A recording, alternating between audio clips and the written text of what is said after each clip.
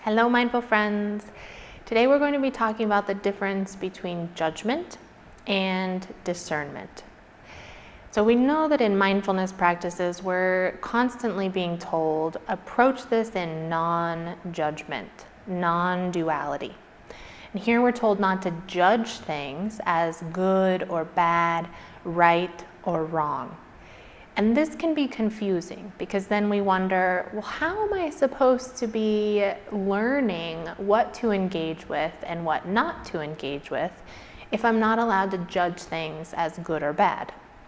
So then how do I say, what do I want to remove from my life and what do I want to move towards or create more of? Because we would say, well, that would be like the negative things we don't want more of in our life and the positive ones we do. And how do we know that if we're not engaging in judgment?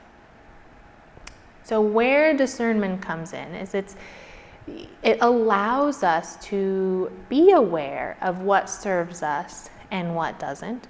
We can still see the difference between light energy and dark energy, the positives and the negatives, but we're doing so non-judgmentally. And what that means is that it's not the heavy energy, the divisive energy, and the kind of angry, aggressive energy of judgment. So we think of judgment and we think we are putting things into boxes, good or bad, right and wrong, and then we cut ourselves off from the ones that we think are bad, or we create a hierarchy of saying, I'm better, this is worse. And when we do this, it creates that kind of dividing into the positive and the negative in a way that doesn't serve us well. It cuts us off. It stifles energy. It stops the flow of energy between the two. And you want that flow of energy. You still want the understanding, the connection to be there between the two because it keeps us aware throughout the whole change process. Whereas if we judge, this thing is bad, we want to completely, it's like cut ourselves off from it, stop listening to it. Now we've put it in this box of you're wrong, this part of me is wrong, and I don't want to hear from you anymore. I don't want to look at you anymore. I don't want to take advice from you. I'm not honoring what you are anymore. So judgment is a very divisive way of looking at things. And it overgeneralizes a situation or a person, a belief, an opinion, whatever it is that we're judging against, so that we cannot maintain awareness of it and learning from it and developing understanding from it. And when we cut ourselves off in that way, and now we've kind of disconnected from any form of association with it, our only option to move forward is fighting with that thing, telling it why it's wrong, pushing it away, putting up boundaries, walls, so that we stay away from it. Don't go there, it's evil. And now you've totally stopped flow of energy.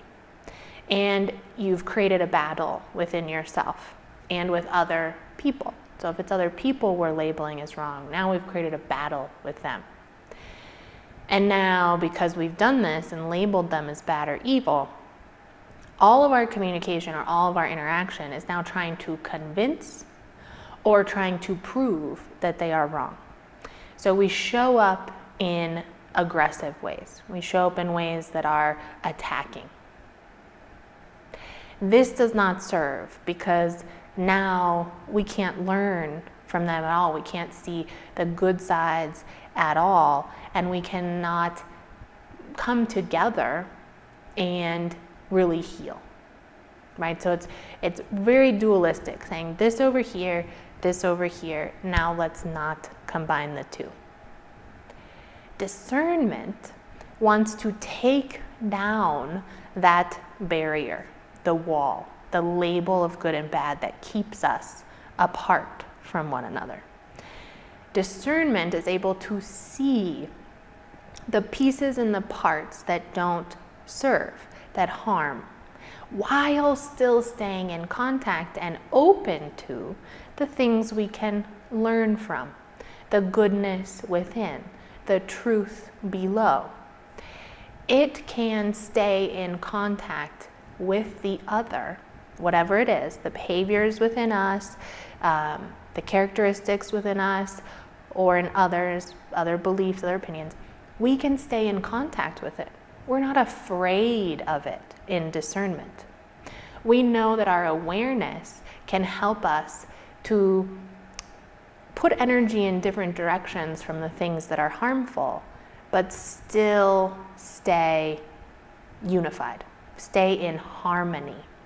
Whereas in judgment, we can't stay in harmony because we've cut it off and we've started a battle. So discernment looks at it and says, I want to dive deeper into this. It doesn't just label from a distance and then assume everything about it. It says, help me understand more. And it engages with those things that we're wanting to explore and understand, why doesn't this serve me? So it brings it in and says, okay, let me stay aware while I'm experiencing this so that I can learn. And it listens and it observes. Judgment does not listen at all. It labels and yells and convinces. Discernment listens a lot. And it listens for the parts that are like the hurt beneath what's really happening, or what's actually there, what's actually harmful in this. And then what are the parts that are still love in here? Because in every behavior, in every action, in every belief, there's something that people thought it was going to be protecting them from something, it was going to serve in some way. And so there's some seed of good in there. And discernment says, I'm going to look for that. And I'm going to see that it's here too. That this whole thing is not bad, is not evil. There is goodness here too. And discernment says, okay, well, there's parts of this that I'm going to let go of, or I'm not going to feed because they don't serve me. And it does that by noticing.